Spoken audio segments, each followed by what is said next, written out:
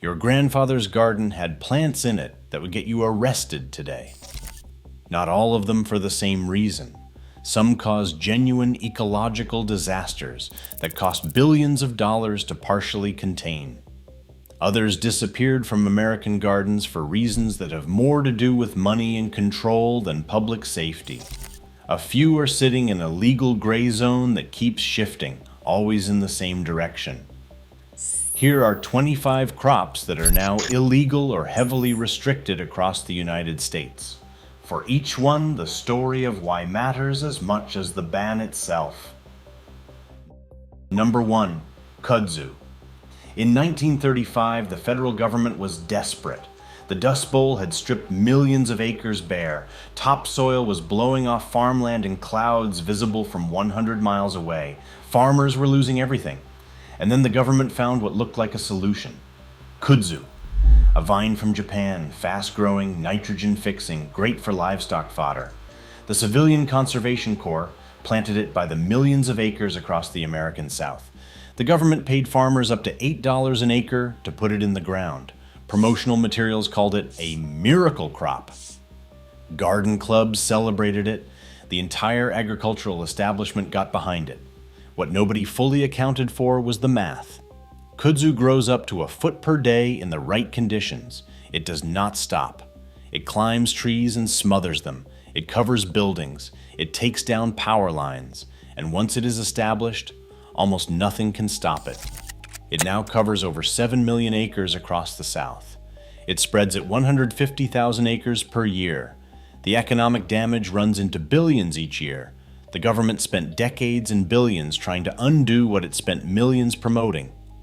Today, planting, transporting, or selling kudzu is illegal in most states.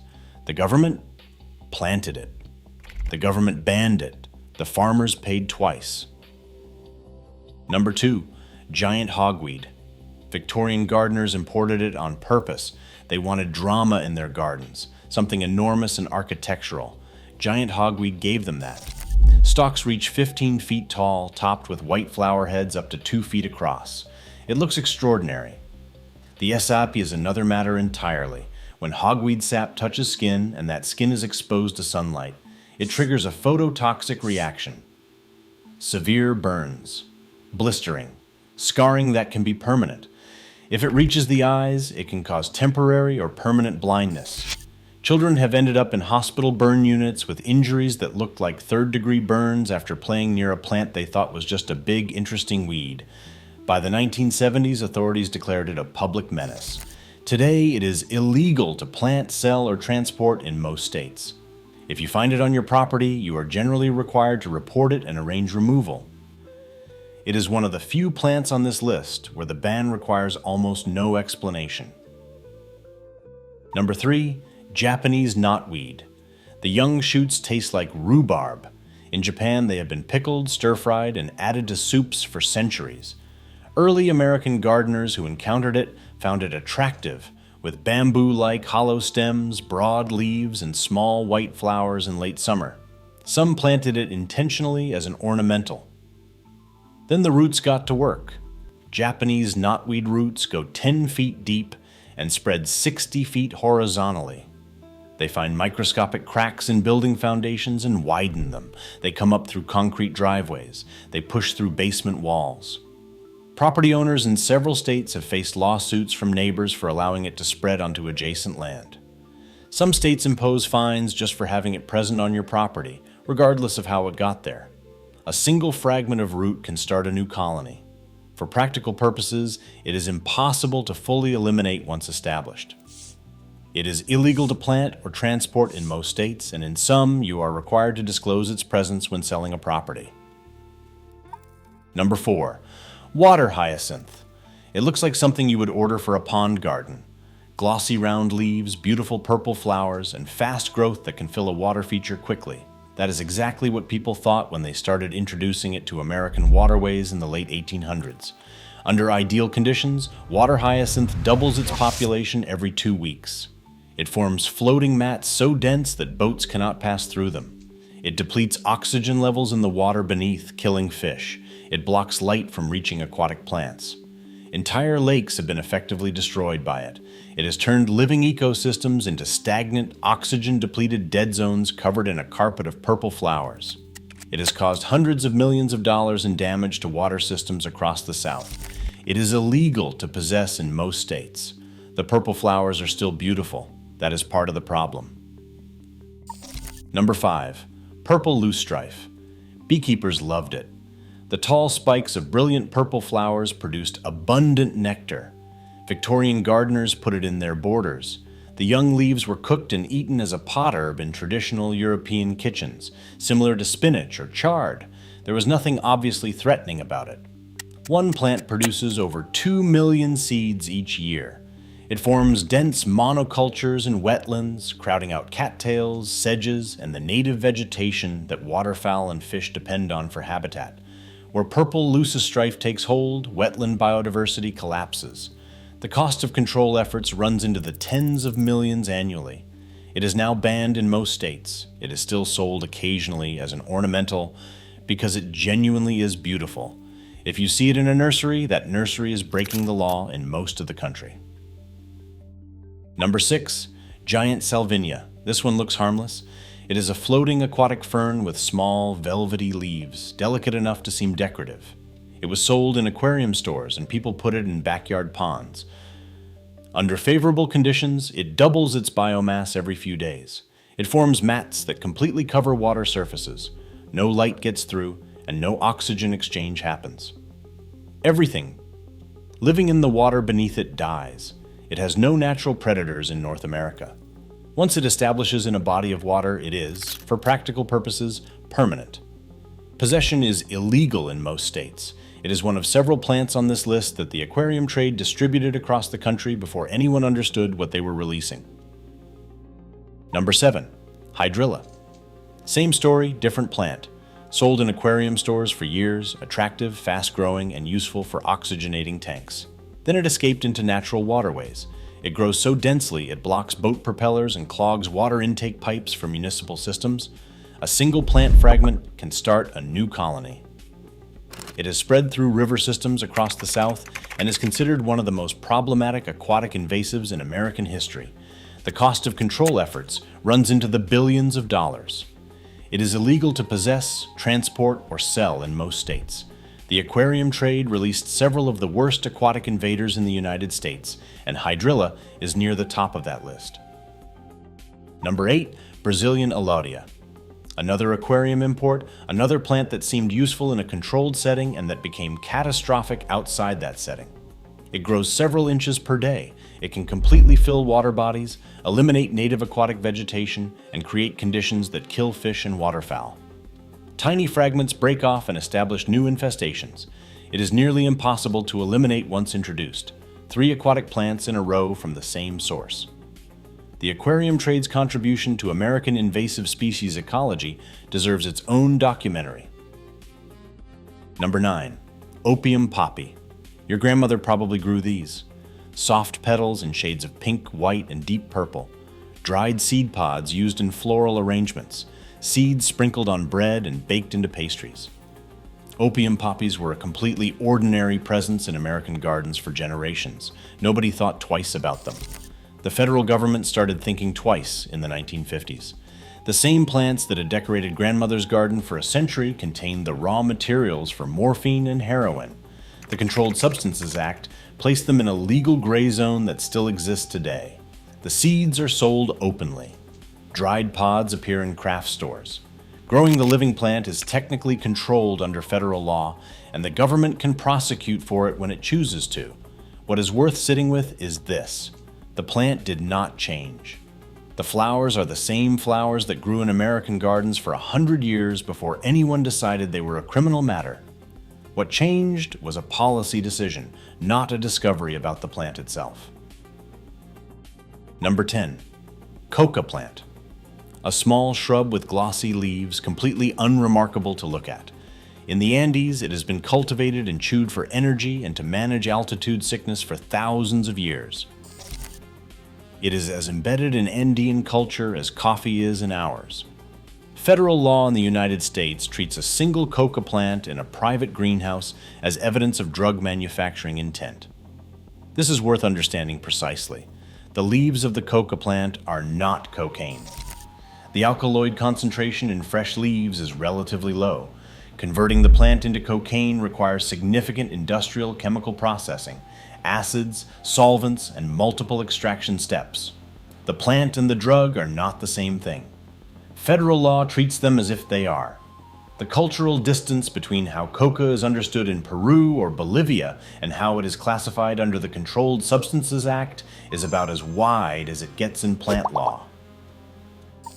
Number 11. Peyote Cactus. It looks harmless. Small, round, with no spines, and it grows low to the ground with a soft button-like appearance. Native American communities have used it in religious ceremonies for over 1,000 years. The federal government carved out a narrow exemption. Enrolled members of the Native American Church can legally possess and use it. Everyone else faces a felony. The plant grows incredibly slowly, sometimes taking a decade to reach maturity. Nobody is mass-producing it for casual distribution. The broad anti-psychedelic legislation of the 1970s did not spend much time on those distinctions. Everything that altered consciousness went onto the same list regardless of cultural context, traditional use, or actual risk profile. Number 12. Khat. This one is simply a matter of geography. In East Africa and the Arabian Peninsula, chewing khat leaves is a social tradition with deep cultural roots. The active compound cathinone is a natural stimulant, and its effects and risks are broadly comparable to strong coffee. It is legal, commercially significant, and culturally embedded across a wide region of the world. In the United States, cathinone is a Schedule I controlled substance. The plant that contains it is therefore treated as a controlled substance as well. Growing it is a federal crime. Same plant, different side of an ocean, completely different legal reality. No meaningful difference in the plant itself between the two jurisdictions. Number 13. Betel Nut Palm. An elegant tropical palm. Small orange fruits. In South and Southeast Asia, the seeds are traditionally chewed, mixed with lime and betel leaf as a mild stimulant, a social ritual with centuries of history. Research linked regular betel nut use to elevated rates of oral cancer and gum disease. The World Health Organization classified it as a Group 1 carcinogen in 2003. Restrictions followed in the United States. The public health concern is real. The cancer link is documented and not disputed. What is worth noting alongside that is the timing. Restrictions arrived at roughly the same period that imports were increasing from lower cost producing regions, and domestic cultivation would have competed with established supply chains. I am not saying the ban was primarily commercial. I am saying both things happened simultaneously, and that is usually worth knowing. Number 14. Castor Bean. Victorian gardeners loved them. They had dramatic star-shaped leaves, striking seed pods, and a boldness that made them irresistible for large ornamental plantings. Castor oil was a home remedy in practically every medicine cabinet. The seeds contain ricin, one of the most toxic natural substances known to science. A small number of seeds can contain enough to kill an adult. The seed pods are visually attractive, which matters when young children are nearby. After World War II, as American suburbs expanded and young families moved into neighborhoods with Victorian-era plantings, the calculation changed. Garden clubs stopped recommending them, and nurseries stopped selling them. The danger is real. Ricin is lethal in tiny quantities, but bans vary significantly by state. In many places, you can still grow castor beans legally. The risk did not change at the state line. What changed is that commercially safer, more sellable alternatives had an opening. Number 15. Water spinach. In Southeast Asia, this vegetable has been in daily use for centuries. It grows incredibly fast, regrows after each harvest, and it packs significant nutrition into mild-flavored leaves and hollow stems that work in stir-fries, soups, and curries. By almost any agricultural measure, it is a useful crop. It is banned in most American states. The stated reason is ecological. It spreads through waterways and can clog irrigation systems. That concern is real. Water spinach does spread aggressively in warm, wet conditions. What does not get mentioned in the ban literature is that there is no established commercial processing or distribution infrastructure for water spinach in the United States. The ban prevents home growing and commercial development equally. In states with large Asian American communities, the ban has been contested and partially relaxed under controlled conditions. The ecological risk exists. So does the fact that a domestic water spinach industry would compete directly with established vegetable imports. Number 16. Autumn olive. The paper trail on this one is unusually clear.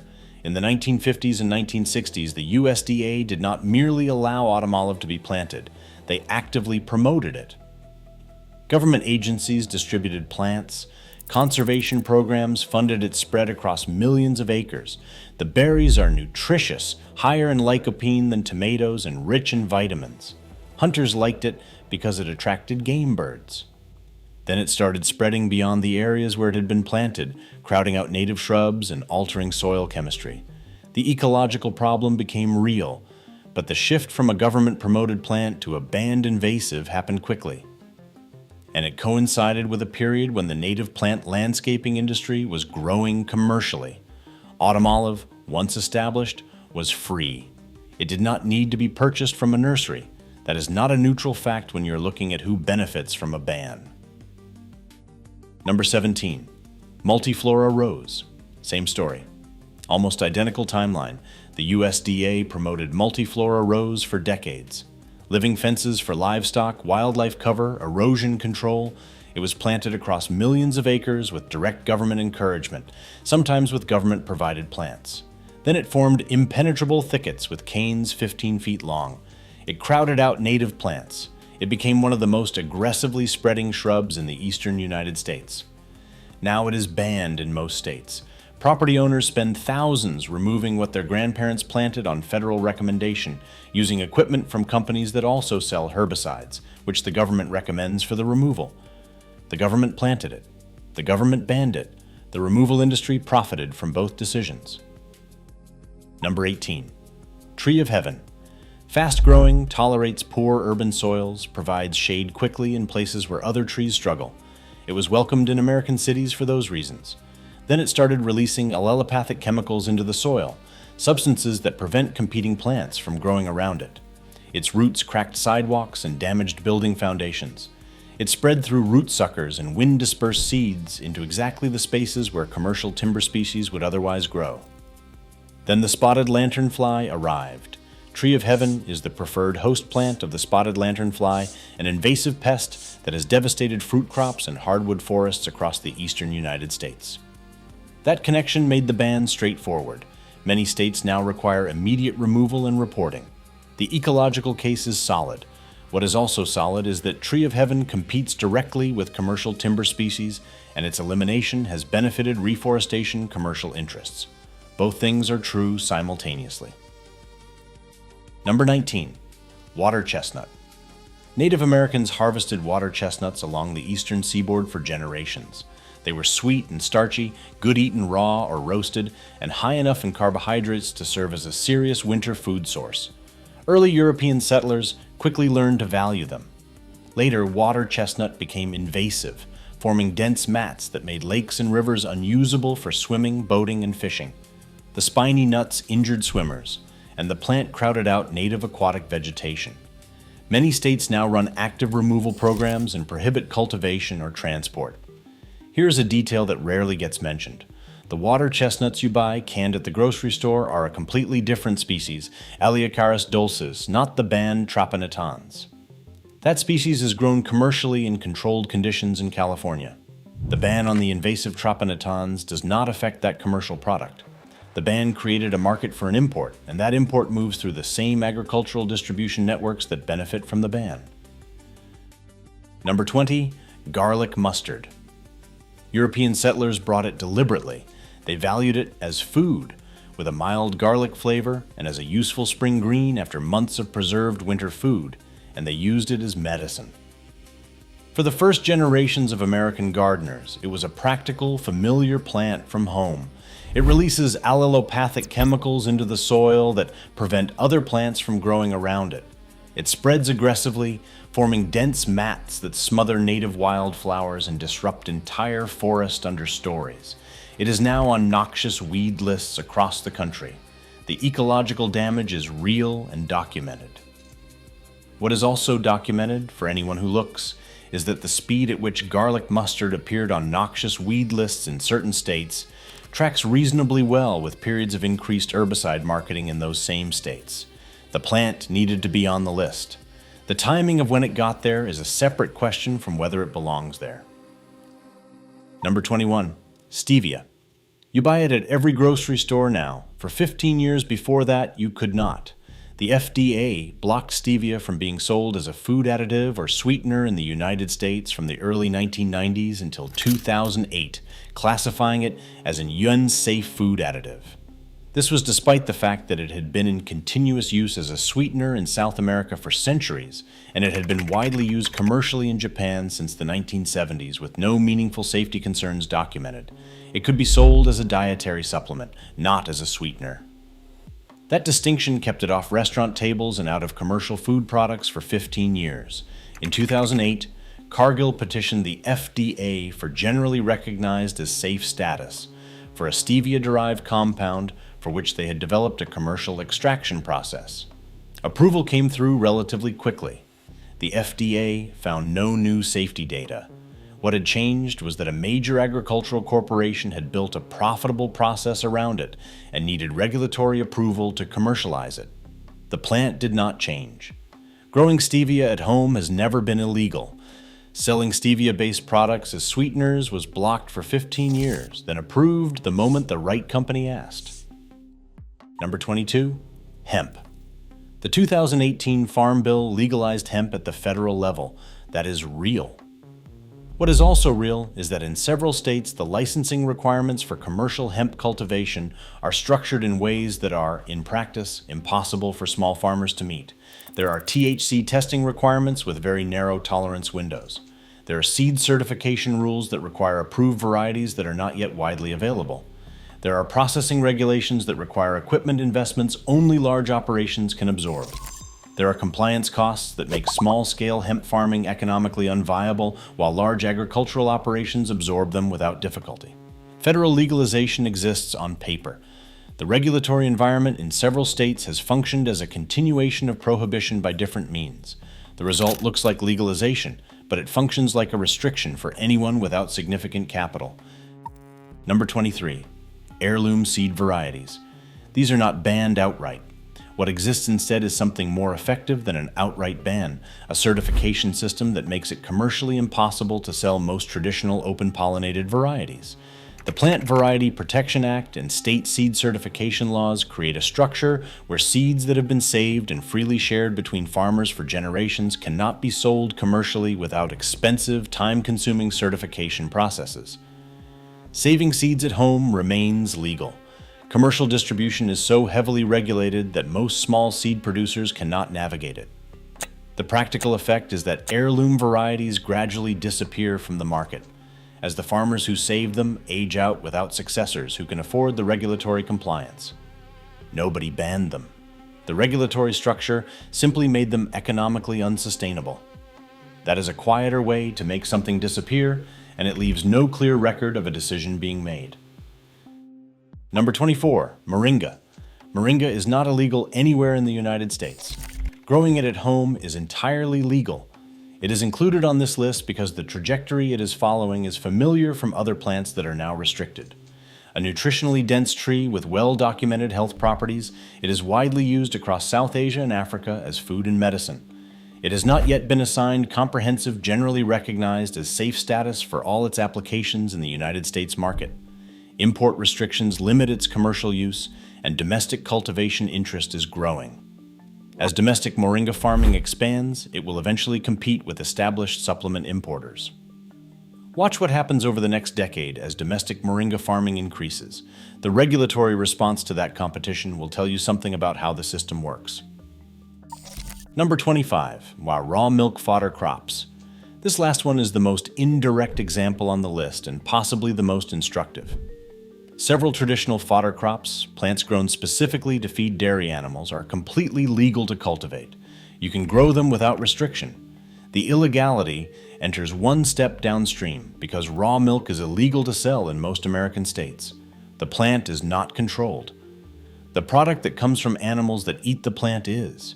The result is that entire traditional farming systems built around these fodder crops become economically unviable, not because the crops themselves are banned, but because the product chain downstream of them is shut down. You can grow the plant.